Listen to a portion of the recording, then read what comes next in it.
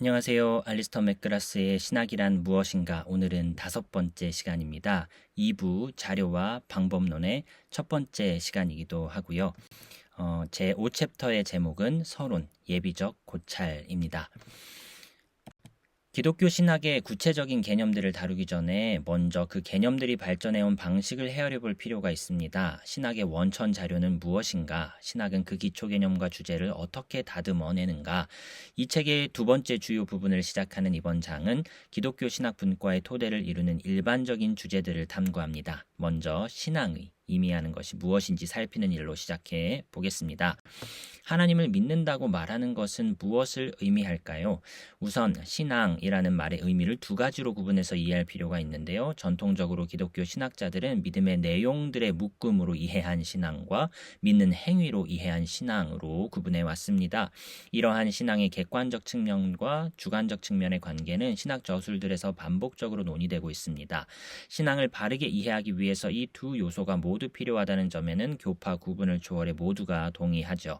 신앙은 인간의 지성과 마음과 의지에 영향을 끼칩니다. 이것은 성공의 작가인 그리피스 토마스의 신앙에 관한 진술에서 잘 나타나는데요. 신앙은 합당한 증거라는 토대 위에서 지성의 확신으로 시작된다. 또 신앙은 확신을 토대로 삼고서 마음이나 감정의 신뢰로 계속 이어진다. 그리고 신앙은 의지의 동의를 통해 완성되는데 이 의지의 동의로 말미암아 확신과 신뢰가 행실로 나타나게 된다. 그렇다면 신앙은 신뢰라는 인간적 행위에 그치는 것일까요? 아니면 하나님이 어떻게든 그 과정에 개입하시는 것일까요? 이 문제는 신앙과 구원에 있어 인간과 하나님의 상호작용을 탐구했던 펠라기우스 논쟁과 관련하여 특히 중요한데요. 가톨릭교회 교리서가 이 요점을 잘 표현합니다. 믿는다는 것은 오직 성령의 은혜와 내적인 도우심에 의해 가능하다. 그러나 믿음이 인간 본연의 행위라는 사실도 역시 참이다. 하나님을 신뢰하는 것과 그분이 계시하신 진리를 굳게 붙드는 것은 인간의 자유와 반대되지 않고 인간의 이성과 모순되지도 않는다라고 말을 하고 있다는 것이죠. 장 칼뱅도 자신의 기독교 강요 안에서 이 생각을 잘 표현했습니다. 그는 하나님의 약속에 신뢰로 응답하는 믿음의 중요성과 이 인간적 응답을 가능하게 하는 성령의 역할 둘 다를 강조했습니다. 이제 우리는 아래와 같이 말함으로써 신앙에 대한 올바른 정의에 도달하게 된다. 신앙이란 우리를 향한 하나님의 자비를 확고하고 분명하게 아는 지식인데 이 지식은 그리스도 안에 나타난 하나님의 은혜로운 약속이 참되다는 사실에 근거하며 또 성령을 통하여 우리의 정신에 계시되 우리의 마음에 보증된 것이다. 그렇다면 신앙은 이성과 어떤 관계에 놓일까요? 우리는 이 질문을 이성을 신학의 근원으로 관찰하는 6장에서 또한 더욱 상세하게는 철학과 신학의 관계를 숙고하는 8장에서 논의할 것입니다. 여기서는 몇 가지의 앞선 성찰만 할 텐데요.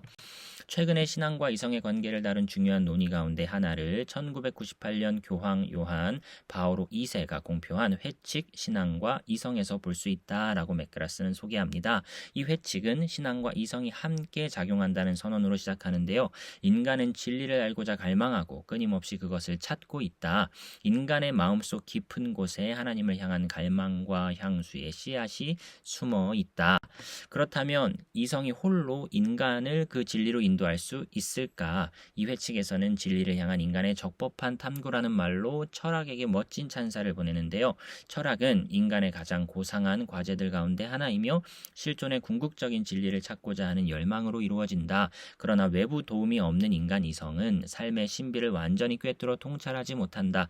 예를 들어 이성은 우리가 왜 여기 있는가와 같은 물음에 답하지 못한다. 그런 까닭에 하나님은 은혜로 이 일들을 계시를 통해 알려주셨다. 이것들은 하나님이 알려주시지 않으셨다면 여전히 알 수 없는 상태였을 것이다.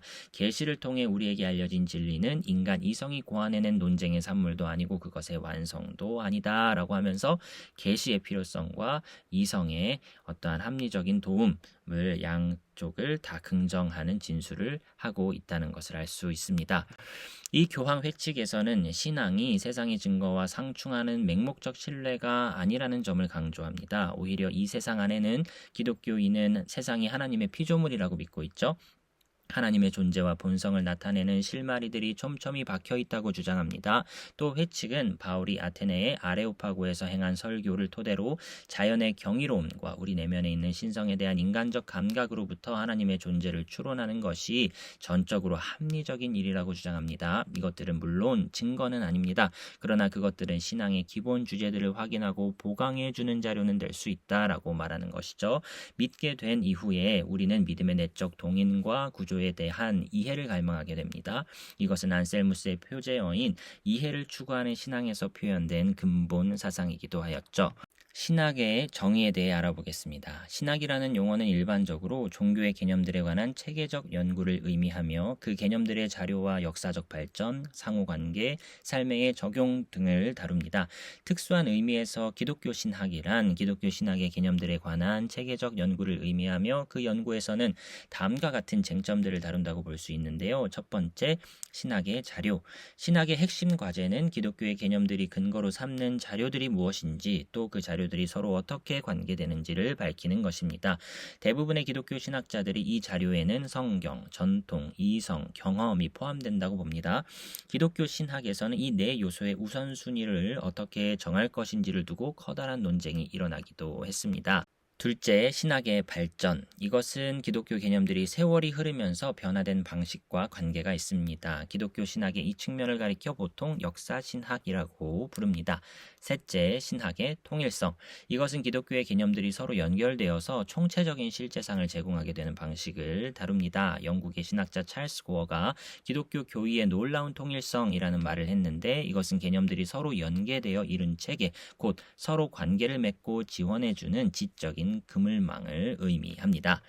넷째, 신학의 적용. 이것은 기독교 신학의 개념들이 기독교인들이 서로 관계를 맺고 기도하고 예배하며 또 세상에서 살아가는 방식에 어떤 변화를 일으키는지에 대해 다룹니다. 기독교 신학은 우리 자신과 다른 사람, 이 세상을 새롭게 이해하는 방식을 제시하며 우리가 행동하는 방식에도 영향을 끼칩니다. 영국의 평신도 신학자인 C.S. 루이스는 저는 태양이 떠오르는 것을 믿듯이 기독교를 믿습니다. 그것을 보기 때문만이 아니라 그것에 의지해서 다른 것을 보기 때문입니다. 라고 말을 한 바가 있지요. 신학의 정의를 논할 때에 신학의 적용도 관련하여 생각해 볼 필요가 있다라고 맥그라스는 제시해주고 있습니다. 역사 속에서 발전해 온 신학 개념을 한번 살펴보겠습니다. 신학이라는 말은 두 그리스 단어 테오스와 로고스로부터 유래하는데요. 따라서 생물학이 생명에 관한 담론이듯이 신학은 하나님에 관한 담론이다라고 말할 수 있습니다. 만일 하나님이 오직 한 분이며 그 하나님이 기독교인들의 하나님이라면 신학의 본질과 범위는 비교적 명료하게 정의할 수 있는데요. 신학이란 곧 기독교인들이 예배하고 흠모하는 하나님에 대한 성찰이다라고 정의할 수 있다는 것이죠. 신학이라는 말은 성경에서 유래한 것이 아니라 교부시대 초기에 기독교 신앙의 몇몇 측면을 가리키는 말로 이따금씩 사용되면서 등장하였는데요. 그래서 2세기 후반에 활동한 알렉산드리아의 클레멘스는 기독교의 테올로기아와 이교 사상가들의 미톨로기아를 대비시키고 신학을 이교의 신화론에서 주장하는 거짓 이야기들과 비교되는 하나님에 관한 기독교의 진리 주장을 의미하는 것으로 보았습니다. 하지만 기독교가 발생한 곳은 다신교가 지배하는 세상이었으며 거기서는 많은 신들에 대한 믿음이 일반적인 현상이었죠. 예를 들어 고전적인 로마 문화는 국가적 예식과 가정 예배에서 경배했던 많은 신을 인정했습니다. 초기 기독교 저술가들에게 맡겨진 과제 중 일부분은 기독교의 하나님을 종교 시장에서 붐비는 많은 신들과 구분하는 것이었습니다. 한편으로 신학은 기독교 신앙의 중심을 이루는 신이 어떤 신인지를 해명하면서 신약 성경에 나오는 우리 주 예수 그리스도의 아버지 하나님 같은 개념들을 다듬어냈습니다. 다른 한편으로 신학은 이 하나님이 왜 주피터나 마르스 같은 로마 시민 종교의 신들과 혼동되어서는 안 되는지 입증하였죠. 특히 중요한 것으로 신약 성경의 하나님과 구약 성경의 하나님의 관계를 다루는 문제가 있었습니다. 우리 주 예수 그리스도의 아버지 하나님은 구약에 등장하는 뛰어난 인물들인 아브라함과 이삭과 야곱의 하나님과 어떤 관계인가? 어떤 의미에서 삼위일체 교리는 기독교 신학자들에게 가해진 압력, 곧 당신들이 내세우는 하나님의 정체를 밝히라는 압력에 대한 응답으로 형성된 것이라고 볼 수도 있습니다.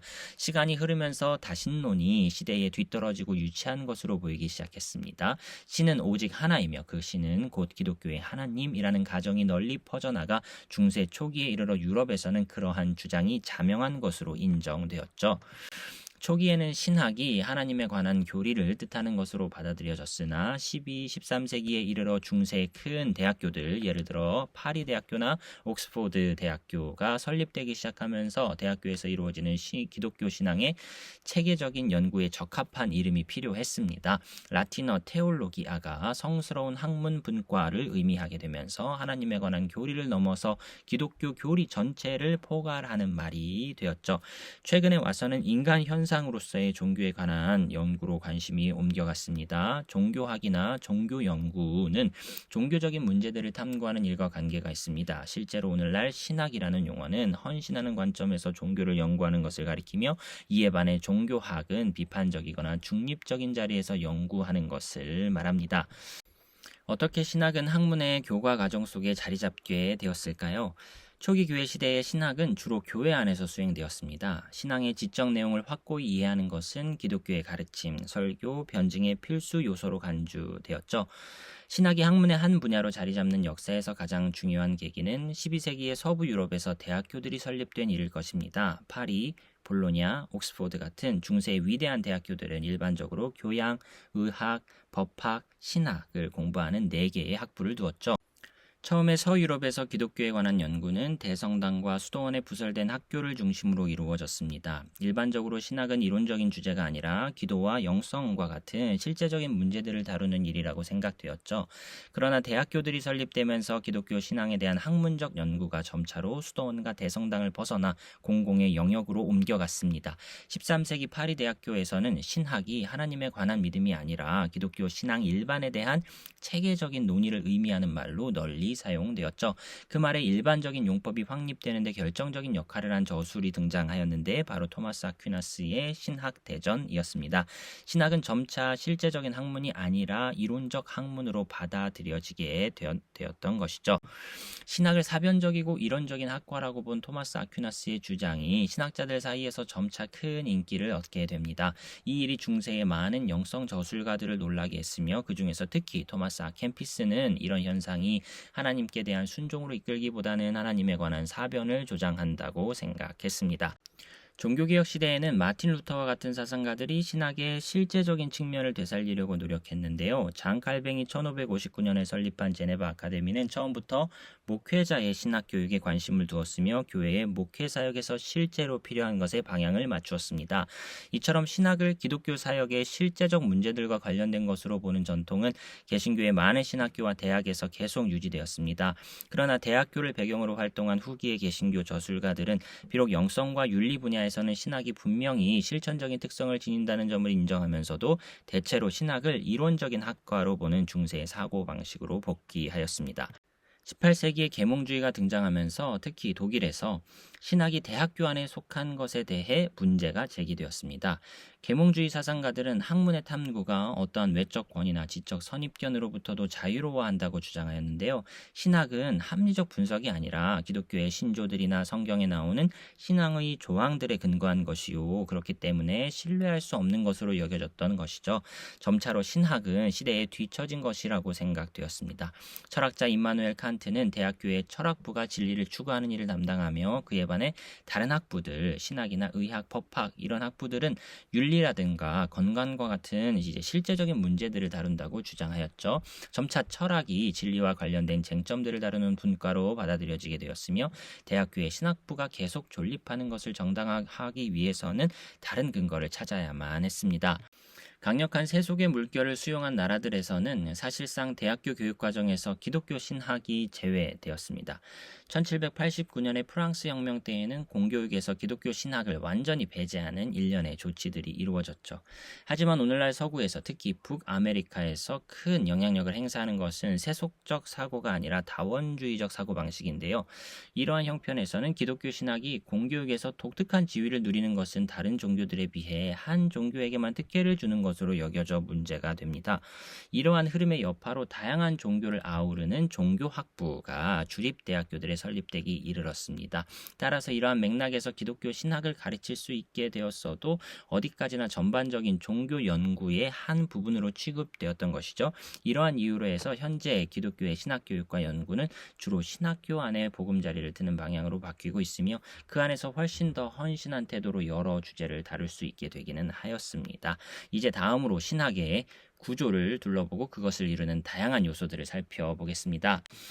교부 시대나 중세 시대의 오랜 신학 작품들을 읽어보면 신학이라는 용어가 지금은 분리되고 독립된 것으로 여겨지는 넓고 다양한 학과들을 모두 포함하고 있었음을 분명하게 볼 수 있는데요. 르클레르크는 중세 수도원 문화가 어떻게 배움을 향한 사랑을 양육했는지 탐구합니다. 그 사랑 안에서 신학은 성경의 묵상, 지혜 탐구, 예전과 기도, 작업과 노동, 목회적 관심 등을 모두 하나로 묶어 포함하는 것으로 여겨졌다는 것이죠. 이집트의 수도사요 작가인 에바그리우스 폰티쿠스는 신학을 기도의 의미로 이해했습니다. 신학자라면 당신은 진심으로 기도할 것이다. 만일 진심으로 기도한다면 당신은 신학자다. 이렇게 말을 남기기도 하였죠. 신학이 독특하고 일관된 체계를 지닌다는 생각은 여전히 중요한데요. 신학은 복합적인 학문으로서 연관된 여러 분야들을 하나로 통합하기 때문입니다. 물론 불편한 동맹 관계로 맺어질 때도 있지만요. 다음으로 현대 신학을 구성하는 주요 분야들을 살펴보겠습니다. 성서신학입니다. 많은 신학자들은 기독교 신학의 궁극적 원천이 성경이며 성경은 이스라엘 역사와 예수 그리스도의 삶과 죽음과 부활이라는 두 차원에서 기독교의 역사적 근거를 담고 있다고 봅니다. 1500년대 초에 등장한 인문주의 성서 연구는 기존의 라틴어역 성경에서 여러 가지 번역 오류들을 밝혀냈죠. 그 결과 기존의 몇몇 기독교 교리를 수정할 수밖에 없는 처지에 놓이게 되었었습니다.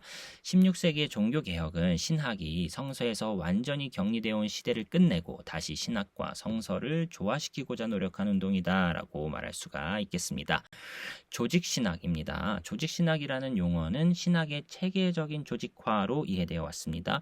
그런데 조직적이라는 말이 뜻하는 것이 무엇인가? 이 말은 두 가지 중요한 의미를 지닌다고 할 수 있는데요. 첫째, 이 용어는 교육하거나 설명하려는 의도에 따라 체계화된 것이라는 의미로 사용되어 왔습니다. 달리 말해 기독교 신앙의 핵심 주제들을 사도신경의 구조에 맞추어서 명료하고 질서 잡힌 개요로 제시하는 것이 주된 의도라는 것이죠. 둘째, 방법론의 여러 전제들에 따라 체계화된 것을 뜻할 수도 있습니다.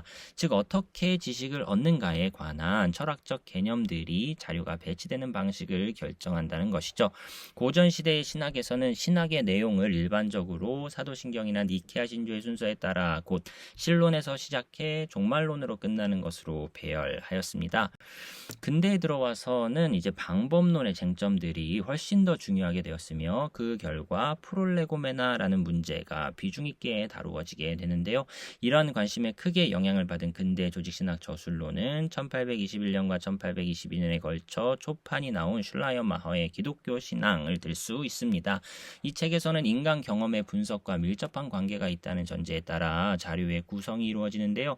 그래서 잘 알려진 대로 슐라이어마허의 삼위일체론은 그의 조직신학책 마지막 부분에 배치됩니다. 이는 아퀴나스가 삼위일체론을 시작 부분에 배치한 것과 대조를 이룬다는 것이죠.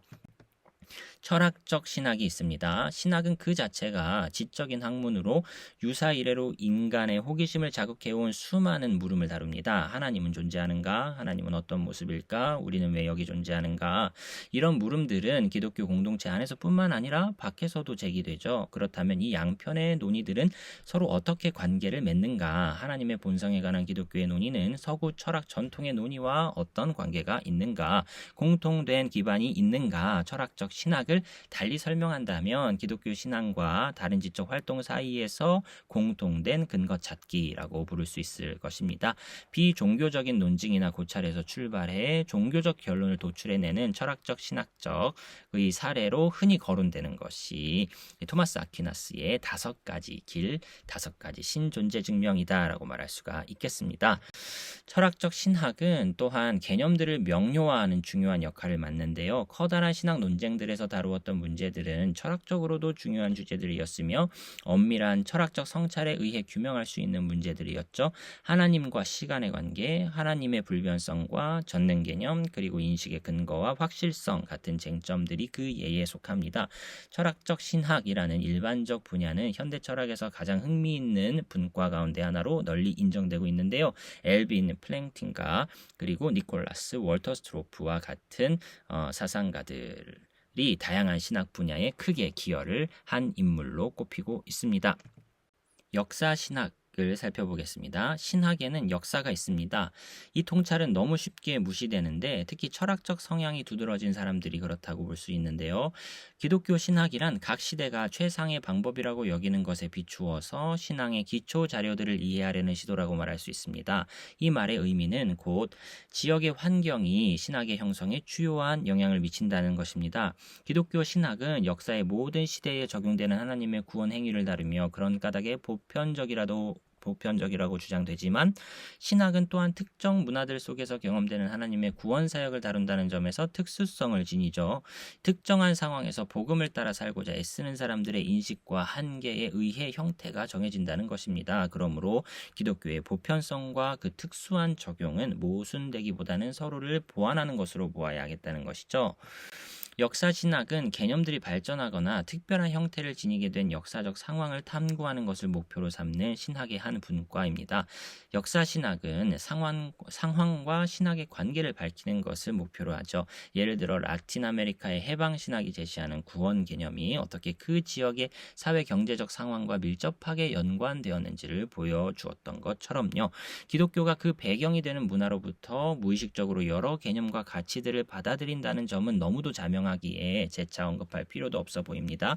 하지만 이 사실을 아는 것은 굉장히 중요합니다. 이 사실이 말해주는 것은 기독교 신학에는 신학의 기초 자료들에 의해 규정되거나 공급되는 것이 아닌 잠정적이거나 조건적인 요소가 작용한다는 것이죠. 기독교 역사에 대한 연구는 신학의 고착된 견해들을 교정할 수 있는 강력한 도구를 제공해 준다고 볼 수 있습니다. 기독교 역사를 연구함으로써 우리는 다음과 같은 사실을 알게 되는데요. 첫째, 어떤 개념들은 매우 제한된 환경에서 생겨났다. 따라서 그 개념들은 시간을 두고 검증하고 타당성을 확인할 필요가 있다라는 것이고요. 신학에서 형성된 개념들은 되돌릴 수 없는 것들이 아니다. 부적합하거나 도움이 안 되는 것으로 판명된 과거의 신학 공식은 수정할 수 있다라고도 볼 수 있습니다. 신학의 쟁점들은 그 문제를 둘러싼 논쟁이 어제 갓 시작된 것인 양 다뤄질 때가 너무 많은데요. 그러한 쟁점들을 명료하게 논하기 위해서는 우리가 어떻게 현재 이 자리에까지 도달하게 되었는지를 파악하는 일이 꼭 필요하다라고 말할 수가 있다는 것입니다.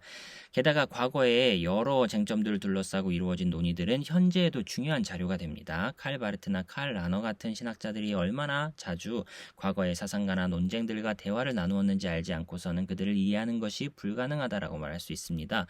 히포의 아우구스티누스와 니사의 그레고리우스, 토마스 아퀴나스는 오늘날의 논쟁 속에서 살아있는 목소리로 다가와 말을 겁니다. 그들은 이정표로 우뚝 버티고 서서 끝없이 이어지는 숱한 신학 논쟁의 용어들을 정의해 주지요. 실천 신학과 목회 신학에 대해서 생각해 보겠습니다. 목회와 실천이 기독교를 이루는 두드러진 요소인데도 학문적인 신학 논의에서는 이러한 면이 제대로 다루어지지 않는 경향이 있습니다. 라틴 아메리카의 해방 신학은 서구 신학의 학문적인 편향성을 제대로 수정하여 사회에 적용 가능한 방향으로 건강하게 돌려놓았다고 많은 신학자들이 주장해 왔는데요. 여기서 신학이란 순수 이론적 반성이라기보다는 변혁적 행동에 대한 모델을 제시하는 것이라고 정의됩니다. 신학의 온전성과 목회적 활용성을 나란히 놓고서 그 각각은 나머지 것이 없이는 완전할 수 없다고 믿었던 운동 가운데 대표적인 사례가 이제 청교도주의라고 말할 수 있는데요. 리처드 백스터와 조나단 에드워즈 두 사람은 신학이 목회 돌봄과 영혼의 양육을 통해서 완전하게 구현될 수 있다고 주장하였던 것이죠. 훨씬 더 최근에는 이렇게 신학이 목회 돌봄을 통해 구현된다는 확신이 깊어지면서 목회 신학이 새로운 관심을 끌고 부활하게 되었습니다. 슐라이어 마허는 대학의 전통적인 신학 커리큘럼에 실천 신학을 추가해서 성경학, 조지신학, 교회사를 보충했다고 볼 수 있습니다.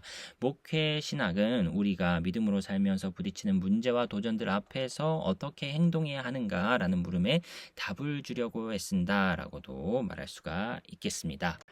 영성 또는 신비신학에 대해 살펴보겠습니다. 얼마 전부터 영성이라는 용어가 종교의 경건한 실천과 특히 신자의 개인적이고 내적인 체험을 가리키는 말로 인기를 얻으며 널리 사용되고 있는데요. 현대 용어인 영성과 이제 신비주의는 17세기 프랑스로 거슬러 올라가 잔네 규형과 사회 명사들이 어울려 이른 살롱 소사이어티에서 그 기원을 찾을 수 있습니다. 프랑스어 스피리투알리티 그리고 미스티시스무 같은 모두 이 신성한 것이나 초자연적인 것에 대한 직접적이고 내적인 지식을 가리키는 말로 사용된 용어들인데요. 그 당시에 이 둘은 거의 동의어로 받아들여졌다고 합니다. 오늘날 많은 학자들은 신비주의라는 용어가 도움이 안 되고 혼란만 일으킨다고 생각해서 이 용어를 쓰지 않으려고 합니다. 따라서 영성이라는 말이 신비신학과 영성신학, 신비주의를 포함해 옛 문헌들에 나오는 많은 용어들을 대신해 쓰이게 되었죠. 영성은 흔히 종교를 객관적이고 중립적으로 연구하는 순수 학문과는 대비되는데 여기서 순수 학문이란 특정 종교의 신봉자들이 그들의 신앙을 체험하고 실천하는 방식을 다루는 것이 아니라 그 종교의 핵심적인 믿음과 실천들을 규명하고 설명하는 것을 뜻합니다. 영성이란 삶을 통해 얻는 하나님 체험과 기도의 삶 그리고 그러한 삶에서 비롯되는 행동을 가리킵니다. 하지만 그와 동시에 영성은 그러한 삶의 바탕을 이루는 신학적 신념들과 분리해서는 온전히 이해할 수는 없죠. 영성이 기독교 신학에서 중요한 요소라는 점 그리고 신학교들에서 이 분야를 연구하고 가르치는 일에 관심이 늘고 있다는 데에는 대체로 의견이 일치하지만 신학과 영성이 정확히 어떻게 상호작용하는지의 문제를 두고는 최근 몇십 년에 걸쳐 커다란 논쟁이 벌어지고 있습니다. 변증학이라는 신학의 또 한 분야가 있습니다. 변증학은 그리스어 아폴로기아에서 유래하며 기독교 신학의 항상 필수적인 한 부분이었는데요. 변증학이란 그 시대의 문화에서 기독교의 합리성과 도덕성에 제기하는 우려와 씨름하는 것이라고 보는 게 가장 적합할 것입니다. 이 과목은 오랜 역사를 가지고 있으며 기독교가 지적인 적대자를 만났을 때 중요한 역할을 맡으며 나타나는 경향을 보였습니다. 특히 교회가 계몽주의의 합리성이 등장한 후 새로운 도전에 직면해야 했을 때 변증학은 서구 문화에서 중요한 위치를 점하게 되었죠. 이 분야의 주요 대표자 중 한 사람은 평신도 신학자라고 꼽히는 루이스입니다. 루이스는 기독교 신앙의 기본 사상을 평범한 청중에게 매력적이고 고무적인 방법으로 설명하고 정당할 수 있는 능력으로 명성을 얻은 인물입니다. 프롤레고메나의 문제 한번 생각해 보겠습니다. 낯선 주제에 관해 연구를 시작하는 사람이라면 누구나 어디에서부터 시작해야 하는가라는 동일한 문제에 직면하게 될 텐데요. 철학, 자연과학, 신학 등 학문에 따라 연구하는 방식이 매우 다양하며 그래서 이 문제에 깔끔하게 답하는 것이 쉽지는 않습니다. 신학의 경우 어디에서부터 신학 연구를 시작해야 하는지에 관한 논쟁은 프롤레고메나의 문제로 알려져 왔습니다. 그리스어 프롤레고메나는 서설이라고 번역이 가능한데 풀어 말하면 신학 연구를 시작하기에 앞서 다룰 필요가 있는 것들을 가리킵니다. 계몽주의 시대 이후로 프롤레고메나의 문제가 훨씬 더 중요해졌습니다. 신학에서 기독교 신앙의 내용을 다루기 전에 어떻게 사람이 하나님에 관한 사실을 알 수 있는가의 문제를 해명할 필요가 있다는 것이죠. 우리가 하나님에 관한 내용을 어떻게 알 수 있는가에 대해 논하는 것은 하나님에 관해 무엇을 아느냐에 대해 논하는 것 못지않게 중요하다는 것입니다. 유럽과 북아메리카에서 세속화 현상이 점차 강해지면서 신학자들은 이제 더 이상 자기네 독자들이 기독교 신앙에 공감할 것이라고 바랄 수 없게 되었는데요. 따라서 신앙 밖의 사람들이 신앙의 진리와 접촉할 수 있게 해주는 공통된 출발점을 찾는 일이 무엇보다도 중요하다는 데 많은 학자들이 동의하기 시작한 것입니다. 이렇게 인간 실존의 기본 경험들을 바탕으로 기독교 신학을 세우려 애쓰는 이론 가운데서 특별히 다음의 것들이 중요한데요. 첫째, 슐라이어 마허는 인간 경험의 공통된 특성을 절대의존 감정이라고 주장했죠. 둘째, 폴 틸리히는 인간이란 자기의 실존에 관해 궁극적 질문을 묻는 존재라는 신념을 기초로 상관관계 방법을 발전시켰습니다. 칼 라너는 인간 본성의 한계를 초월하려는 인간의 기본적인 충동이 중요하다고 강조하면서 이 신앙 밖의 사람과 신앙에 대한 관심을 연결시켜 보려고 했다는 것이죠. 그런데 이 이론들은 거센 저항에 부딪힙니다. 이러한 비판 가운데 가장 두드러진 형태를 칼 바르트가 이끈 신정통주의 학파에서 볼 수 있는데요. 신정통주의 학파는 이런 이론들이 신학을 인간의 필요에 맞추거나 인간 실존의 철학이라는 울타리 안에 가두는 것이라고 생각하며 비판했습니다. 바르트는 기독교 신학이 자율적이고 독립적인 것이요, 어떤 식으로든 인간의 철학에 의존하지 않는다고 주장했습니다. 하나님은 인간의 도움이 없이도 자신을 완벽하게 계시할 수 있는 분이다. 프롤레고메나라는 용어를 신학이 가능하기 위해 먼저 논할 필요가 있는 것들이라고 보아서는 안 되고, 그와는 달리 신학에서 가장 먼저 말해야 하는 것들로 곧 하나님의 말씀의 교리를 가리키는 것으로 이해하자라고 제시했던 신학자인 것이죠. 방법에 관한 문제들이 현대 신학을 주도해 왔는데, 이렇게 된 데는 보편적이고 신뢰할 수 있는 기초 위에 지식을 세우는 것을 강조한 계몽주의의 영향이 컸습니다. 하지만 근래에 와서 계몽주의에 대한 철학적 비판이 이루어지면서 지식과 관련해 그러한 보편적 기초가 정말 존재하는지에 대해 의문이 제기되고 있죠. 오늘날 이런 식으로 방법론에 집착하는 현상에 대한 이 반발이 있어 왔으며, 특히 후기 자유주의의 진영에서의 비판이 두드러지는데요. 기독교는 다원적 상황에서 선택할 수 있는 하나의 대안으로 보편적인 척도나 논증 원리 따위에 근거할 필요가 없는 것이라고 보는 것입니다. 이러한 태도가 반대자들의 눈에는 그저 신앙주의로 일탈한 것으로 비추어지겠죠. 즉 자체 내부의 표준에 의해 정당화되고 다른 누군가의 인정을 받거나 그들과 공유할 필요도 없는 체계에 불과하다는 것입니다. 신학에서 헌신과 중립에 대해 한번 생각해 보겠습니다. 신학자들은 어느 정도까지 헌신해야 하는가? 이 물음을 구체적인 형태로 바꾸면 이렇습니다. 기독교인이 아닌 사람이 기독교 신학을 가르치거나 평가하는 것이 가능한가? 기독교 신앙의 헌신은 기독교 신학을 공부하거나 가르치려는 사람이 반드시 갖추어야 할 조건인가? 우선 중립과 객관적 자세를 강조하는 주장 두 가지를 살펴보겠습니다. 첫째, 진리를 탐구하는 일에는 학자 편에서 완전하게 거리를 두는 것이 필요하다. 만일 학자가 어떤 이론, 예를 들면 기독교 진리에 이미 헌신한 상태라면 그는 자기가 연구할 자료에 대해 편향된 평가를 내릴 수 있다. 기독교 신앙에 대해 판단할 수 있는 지적 자격을 갖춘 사람은 신앙에 대해 중립적인 사람이고 그것에 헌신하는 사람이 아니어야 한다라는 입장인 것이죠. 둘째, 신학은 자신의 지적 신뢰성과 방법론, 개념들에 관해 철저히 따져 물을 각오를 해야만 한다. 오늘날 대학의 비판적 환경 속에서 신학자들은 다른 곳에라면 제기되지 않았을 어려운 질문들을 묻도록 강요당합니다. 그래서 볼파르트 판넨베르크는 신학이 비판적 질문들과 대면하고 응답하기 위해서는 대학의 환경 안에 위치해야 한다고 주장하기도 했죠. 중립을 옹호하는 이제 두 가지 주장 살펴보았고요. 이어서 헌신을 지지하는 세 가지 주장 살펴보겠는데요. 라틴 아메리카의 해방 신학자들은 학문적 거리둠이라는 관념을 비난하면서 그런 태도가 사회 정의와 정치적 변혁이라는 대의에 심각한 방해가 된다고 주장해 왔습니다. 만일 어떤 것이 참되다면 그것에 헌신하지 못할 이유가 무엇이냐? 해방 신학자들은 한편으로 마르크스주의 원리와 다른 한편으로 일부 전통적인 기독교 개념들을 근거로 삼아 진리와 헌신 사이에는 아무런 갈등도 없으며 진리는 사실상 헌신을 요청하는 것이다라고 주장하였습니다. 둘째, 학문은 겉으로 드러나든 아니든 이미 어떤 개념이나 가치들에 헌신하는 행위다라고 말하기도 하고요. 셋째, 기독교 신학은 공동체의 신앙에 응답하는 데서 출발한다. 기독교 신학을 냉정한 관점에서 순수 학문으로 연구하는 것은 기독교가 선포와 기도와 예배와 관련된다는 사실을 놓치는 것이다. 게다가 신학자가 신앙을 선포하지 않고 하나님께 기도하지 않으며 부활한 그리스도를 예배하지 않는다면 그는 신학이 진정 어떤 것인지 이해했다고 말할 수 없다라고 말한다는 것이죠. 위에서 살펴본 이제 중립을 옹호하는 주장과 반대하는 주장들은 그 나름의 강점과 약점과 강점을 지닙니다. 이러한 여러 이유로 인해 신학에서 헌신을 둘러싼 논쟁은 더 이상 진전하지 못하고 막혀버리게 되었는데요. 그러나 최근 몇십 년 사이의 사회 변화로 인해 기독교 신학이 대학교가 아니라 신학교로 옮겨가고 따라서 훨씬 더 헌신적인 환경에서 연구할 수 있게 되었습니다.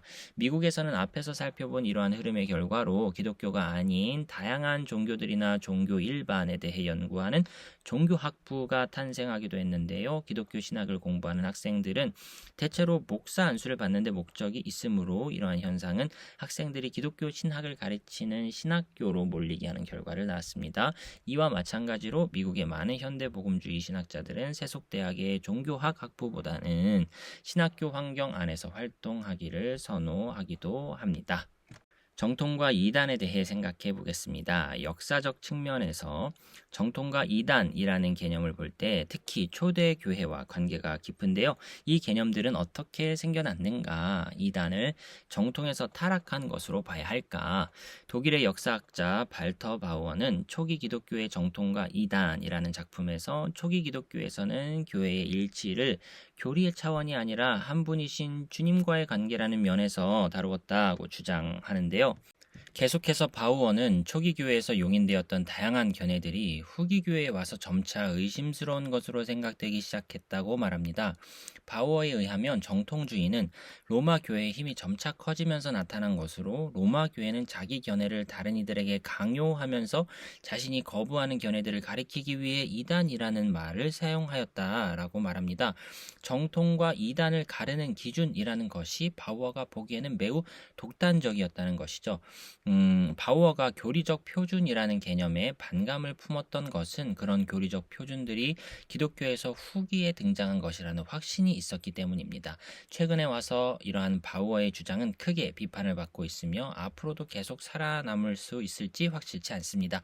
이렇게 배척한 일은 권력이나 권위와는 별 관계가 없으며 오히려 신앙의 핵심 주제들을 표현하는 최선의 방도를 찾고자 했던 노력과 더 관계가 깊은 것으로 사고해야 할 것으로 사료됩니다.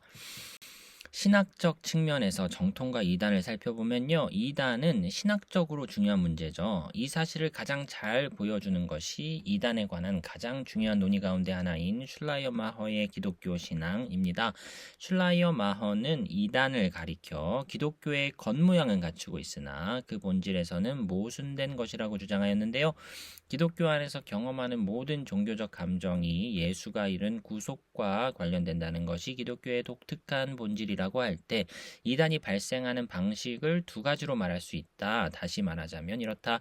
그 근본 공식이야 대체로 유지되겠지만 엄밀한 의미의 구속이 성취되는 것이 불가능하게끔 인간 본성을 정의하거나 아니면 구속자가 구속을 이룰 수 없는 방식으로 구속자를 정의하거나 둘 중에 하나다. 달리 말해 하나님과 그리스도와 인간에 관한 기독교의 주장은 오직 그리스도를 통한 구속이라는 원리와 일치해야 한다는 것이 핵심인데요. 슐라이어 마허에 의하면 하나님이 예수 그리스도를 통해 우리를 구속하셨다는 사실을 부인하는 것이 기독교 신앙의 가장 근본적인 진리를 부정하는 것이 됩니다. 이 원리의 수용 여부에 따라 기독교에 속하느냐 아니냐로 갈라지는 것이고요. 그러나 무엇이 정통이고 이단이냐를 구분하는 일은 이렇게 인정하고 받아들인 원리를 어떻게 이해하느냐에 따라 달라진다. 달리 말해 이단이란 불신앙에 속한 견해라기보다는 신앙의 상황으로 인해 기독교의 핵심 믿음을 그릇되거나 부적합하게 이해하는 것을 말합니다. 슐라이어 마허에게 이단은 근본적으로 기독교 신앙의 부적합한 형태 또는 온전치 못한 형태라고 말할 수가 있다는 것이죠. 슐라이어 마허는 기독교를 통한 구속이라는 주제를 분석하고 그것을 기초로 삼아 구속론을 부적합하게 이해한 데서 생겨난 이단을 다음과 같은 네 가지로 밝히는데요. 첫째, 에비온주의. 이 이론에서 그리스도의 인격을 해석한 것에 따르면 그리스도는 인간에 비해 오직 그만을 구속자로 인정해야 할 만큼 본질적으로 우월한 존재가 아니라고 보는 것이고요. 둘째, 가현설. 여기서 그리스도의 인격을 해석한 것을 보면 그리스도는 인간의 겉모양만 취하였으며 따라서 우리를 구속의 본질적 차원과 연결시켜 줄 수 없다라고 말하는 것이고요. 셋째, 펠라기우스주의. 이 이론에 의하면 인간은 자력으로 구원을 성취할 능력이 있으며 따라서 그리스도가 필요치 않다라고 보고 있는 것이고요. 네 번째, 마니교는 이 이론에 의하면 인간은 그리스도 안에 허락된 구원에 응답할 수 없기 때문에 다 이단이라는 것이죠. 이렇게 해서 결론적으로 슐라이어 마허는 이단이란 기독교 신앙을 부적합하거나 모순되게 이해하는 방식이라고 말하는 것이죠. 겉으로는 정통신앙의 모양을 띠지만 신학적인 깊이를 잃어버려서 신앙의 핵심 내용을 온전히 지켜내지 못하는 것이 이단이다라고 말할 수가 있다는 것입니다. 기독교와 세속 문화의 관계를 생각해 보겠습니다. 신학은 문화 일반이라는 구체적인 상황 속에서 이루어지죠. 문화라는 말은 정의하기가 그리 만만치는 않습니다. 스위스 신학자 에밀 브루너는 기독교와 문명에서 문화를 가리켜 의미의 물질화라고 정의하기도 했죠. 기독교 역사를 살펴보면 교회와 문화의 관계를 분명히 밝히기 위해 끊임없이 노력해 왔음을 알 수 있습니다. 기독교인들은 자신이 속한 곳이 어디라고 보아야 하는가? 문화 안에 있는가? 아니면 그 밖인가? 기독교인들은 문화를 무시해야 하는가? 아니면 담을 쌓고 문화를 멀리해야 하는가? 그동안이면 문화를 변혁하기 위해 써야 하는가? 또 훨씬 더 중요한 문제로 이와 같은 태도들의 신학적 근거는 무엇인가? 사람들이 기독교 복음의 핵심이라고 믿는 것은 그들이 문화에 대해 취하는 태도에 어떤 영향을 끼치는가? 이와 같은 문제들이 기독교 역사 전체에 걸쳐서 논의되었지만 특히 교부 시대에 중요하게 다루어졌습니다. 초대교회 때 일어난 가장 중요한 논쟁 가운데 하나가 고대 세계의 방대한 문화적 유산, 시, 철학, 문학을 어느 정도까지 받아들일 수 있느냐와 관계가 있었던 것이죠. 기독교는 고대 유산들을 무시해야 하는가 아니면 수정된 형태로나마 수용이 가능했는가? 이 문제는 중요하고 또 큰 관심사가 되는 까닭에 이 논의에 도움이 되는 중요한 사상가들을 폭넓게 인용하여 살펴보겠습니다. 순교자 유스티누스입니다. 유스티누스는 온 세상에 신적 지혜의 씨앗들이 뿌려졌다고 보았는데 이 말은 기독교인들이 교회 밖에서도 여러 모양으로 깃들어 있는 복음을 만날 수 있고 찾을 수 있다는 의미였습니다. 따라서 기독교인들은 올바르게 말해진 것이라면 모두 신적 지혜에 근거한 것이라는 사실을 알기 때문에 자유롭게 고전 문화를 이용할 수 있다는 것이 유스티누스의 주장이었죠. 이 주장의 주요한 난점은 그의 이론이 기독교와 고전 문화를 구분할 수 있는 적절한 근거를 제시하지 못하고 또한 기독교 신학과 플라톤주의가 동일한 신적 실제를 보는 다른 방식일 뿐이라는 투로 말함으로써 이 둘을 거의 동일시하는 것으로 보였다는 점입니다. 이러한 유스티누스식의 이론에 대해 가장 혹독하게 비판한 사람이 3세기 때 로마의 변호사였다가 기독교로 개종한 테르툴리아누스였습니다. 그는 이렇게 물었죠. 아테네가 예루살렘과 무슨 관계가 있는가? 아카데메이아가 교회와 무슨 상관이 있는가? 제기된 질문의 형태 속에 이미 테르툴리아누스의 분명한 답이 들어있죠. 기독교는 그러한 세속적 이론들을 멀리함으로써 자신의 독특한 정체성을 지켜내야 한다는 것입니다. 그러나 일관되게 부정적인 태도를 고수한 이 이론에는 여러 가지 난제가 있었는데요. 이 견해는 기독교인들이 복음 선포 같은 매우 바람직한 목적을 위해 지적, 문화적 유산을 이용하거나 연구하는 것을 인정하지 않는 듯 보였다는 것이죠.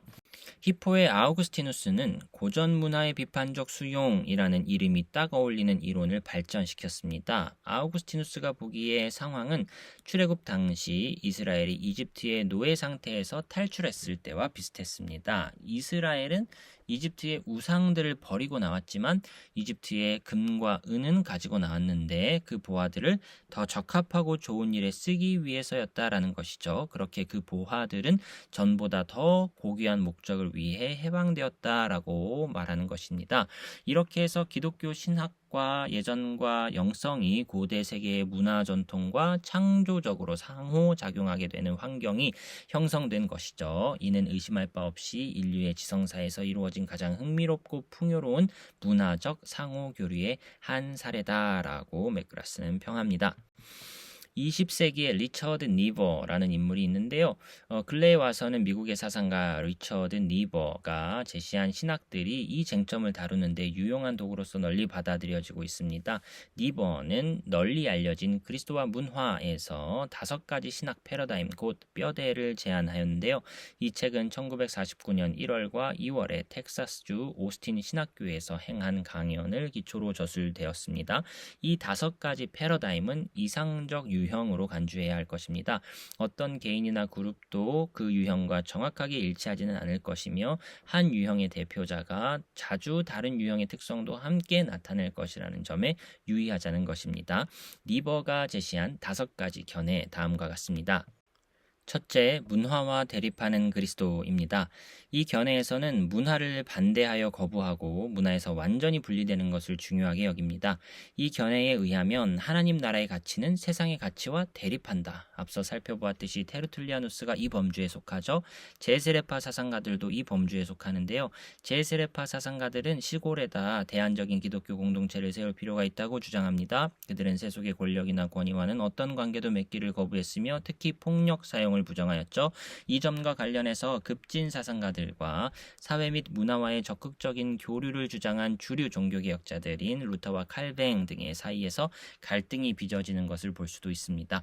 오늘날 북미의 개신교 근본주의 진영에서도 이와 유사하게 문화를 거부하는 태도를 발견할 수 있습니다. 둘째, 문화에 속한 그리스도입니다. 이 견해에서는 문화와 기독교의 차이점을 따지지 않고 둘을 하나로 엮으려 노력하는데요. 세계 긍정의 접근법을 19세기 독일의 자유주의 개신교에서 찾아볼 수 있는데 여기서는 독일 문화를 기독교 이념들과 통합하려고 했습니다. 19세기 후반 서유럽의 문화적 안정에 힘입어 이 신념이 왕성하게 자라났죠. 오늘날의 해방신학과 페미니스트 신학이 이와 유사한 경향을 보여주는 사례다라고 말할 수가 있습니다. 셋째, 문화 위에 있는 그리스도. 이 견해에서는 문화에 대한 근본적 질문들과 기독교 계시의 답을 상호 관련시키려고 노력하는데 토마스 아퀴나스가 말한 은총은 문화를 파기하는 것이 아니라 완성시킨다는 유명한 공리가 이 견해를 지지하는 것으로 볼 수 있습니다. 네 번째, 문화와 역설적 관계에 있는 그리스도. 이 견해의 바탕에는 이원론이라고 할 만한 이론이 자리 잡고 있습니다. 이러한 이원론적 사고에 의하면 기독교인은 2개의 영역, 영적인 영역과 세속적인 영역에 속하며 따라서 두 영역 모두에 책임을 다하는 긴장 속에서 살아야 한다. 전혀 다른 권위가 다스리는 이 두 영역은 서로 겹치고 공존하며 그 결과 기독교인은 한 왕국에 살면서도 다른 권위에 복종하려고 노력하는 긴장을 경험한다라고 말합니다. 마지막 5째, 문화를 변혁하는 그리스도. 이 견해는 세속 문화의 가치와 목표를 하나님 나라를 섬기는 쪽으로 개종시키고자 노력하는 개종주의자들이라고 말할 수 있는데요. 앞에서 히포의 아우구스티누스가 이 범주에 속하는 것을 살펴보았죠. 장 칼뱅과 존 웨슬리, 조나단 에드워즈도 비슷한 견해를 취한다고 맥그라스는 평가해주고 있습니다. 니버가 신앙과 문화 사이의 신학적 관계를 분명히 밝히는 것이 중요하다고 생각했던 것은 제2차 세계대전에 영향을 받은 것이었다라고 말할 수가 있겠는데요. 이 영향력은 최근에 이르러서는 끝난 것으로 보인다는 것이죠. 서구 문화는 그 이후 상당히 변화되었기 때문입니다. 그래서 많은 신학자는 니버의 이 5가지 범주가 현재는 유용성을 상실하지 않았는지 의심하기도 하죠. 그러나 이 범주들은 여전히 신학 문헌들 안에 폭넓게 인용되고 있고요. 기독교 신학에서 사용되는 문화에 대한 주요 접근법을 설명하는 데 물론 한계 내에서 도움을 주고 있다라고 맥그라스는 말하고 있습니다. 오늘의 내용 결론 이렇게 내려보았는데요. 기독교 신학의 구체적인 개념들을 다루기 전에 자료와 방법론에 대해 알아봅니다. 믿음이란 믿음의 내용을 구성하는 객관적 신조의 집합을 가리키거나 이것을 신뢰하고 동의하는 주관적 행위를 가리키기도 한다. 신학이란 종교의 개념들에 관한 체계적 연구를 의미하죠. 역사적 발전, 상호관계, 삶의 적용 등을 또 함께 고려하여 다룹니다. 신학의 구조로 성서신학, 조직신학, 철학적 신학, 역사신학, 실천신학과 목회신학, 영성 또는 신비신학 그리고 변증학을 꼽을 수 있다는 것을 살펴보았죠. 그리고 프롤레고메나는 신학의 내용을 다루기 전에 사람이 어떻게 하나님을 알 수 있는가에 관하여 즉 방법에 관한 질문을 다루죠. 계몽주의 시대 때 아주 중요한 문제로 대두된 분야입니다.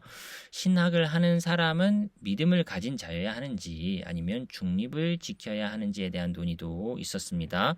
정통이란 하나님이 예수 그리스도를 통해 우리를 구속하셨다는 사실을 수용하는 것을 말하죠. 이단이란 이와 같은 기독교의 핵심을 그릇되거나 부적합하게 이해하는 것을 말합니다.